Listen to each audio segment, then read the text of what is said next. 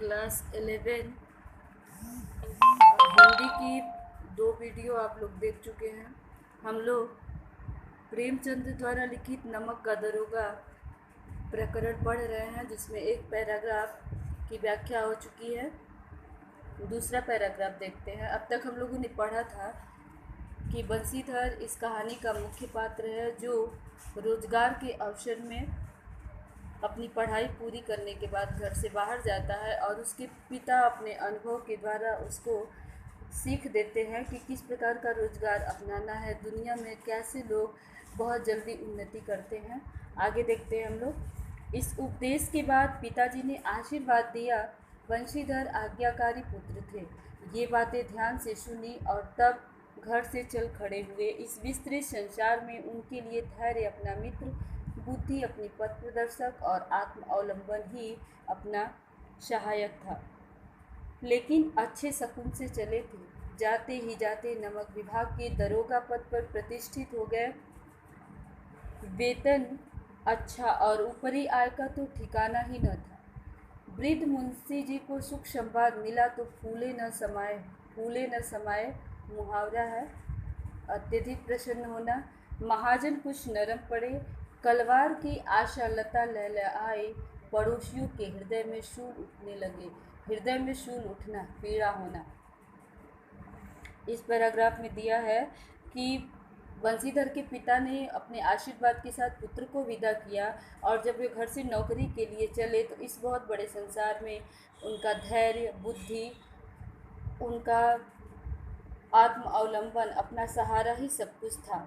शगुन अच्छा था, मतलब शुभ समय में चले थे। जाते ही नमक विभाग पे उनको दरोगा पद मिल गया, जिससे वृद्ध मुंशी जी बहुत प्रसन्नचित हुए और महाजन कुछ नरम पड़े। कलावार की आशा लहलहाई, मतलब कलावार होता है जो कर्ज देने वाले थे, उनकी उम्मीद की किरण बढ़ गई कि अब उनके कर्ज मिल जाएंगे। लेकिन जो पड़ोसी थे वो उनसे जलन रखने लगे। आगे दिया है। जाड़े के दिन थे और रात का समय। नमक के सिपाही चौकीदार नशे में मस्त थे। मुंशी बंशीधर को यहाँ आए अभी 6 महीनों से अधिक न हुए थे, लेकिन इस थोड़े समय में ही उन्होंने अपनी कार्यकुशलता और उत्तम आचार से अफसरों को मोहित कर लिया था। अफसर लोग उन पर बहुत विश्वास करने लगे। नमक के दफ्तर से 1 मील पूर्व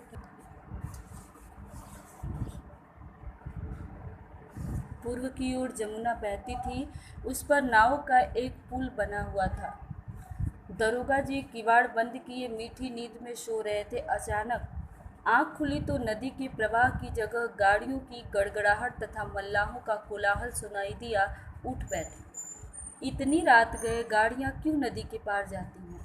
अवश्य कुछ न कुछ गोलमाल है, कुछ न कुछ गोलमाल है, मतलब गड़बड़ी है। तर्क ने भ्रम को पुष्ट किया। तर्क ने मतलब उन्होंने जो तर्क लगाया था उसको उनका भ्रम ने पूरा कर दिया। वर्दी पहनी, तमंचा जेब में रखा और बात ही बात में घोड़ा बढ़ाए हुए पुल पर आ पहुँचे। गाड़ियों की एक लंबी कतार पुल के पार जाती दिखी। डांट कर पूछा, किसकी गाड़ियाँ हैं? थोड़ी देर तक सन्नाटा रहा। आदमियों में कुछ कानाफूसी हुई।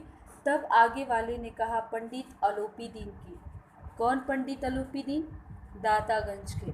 मुंशी बंशीधर चौंके। पंडित अलोपी दीन इस इलाके के सबसे प्रतिष्ठित जमींदार थे।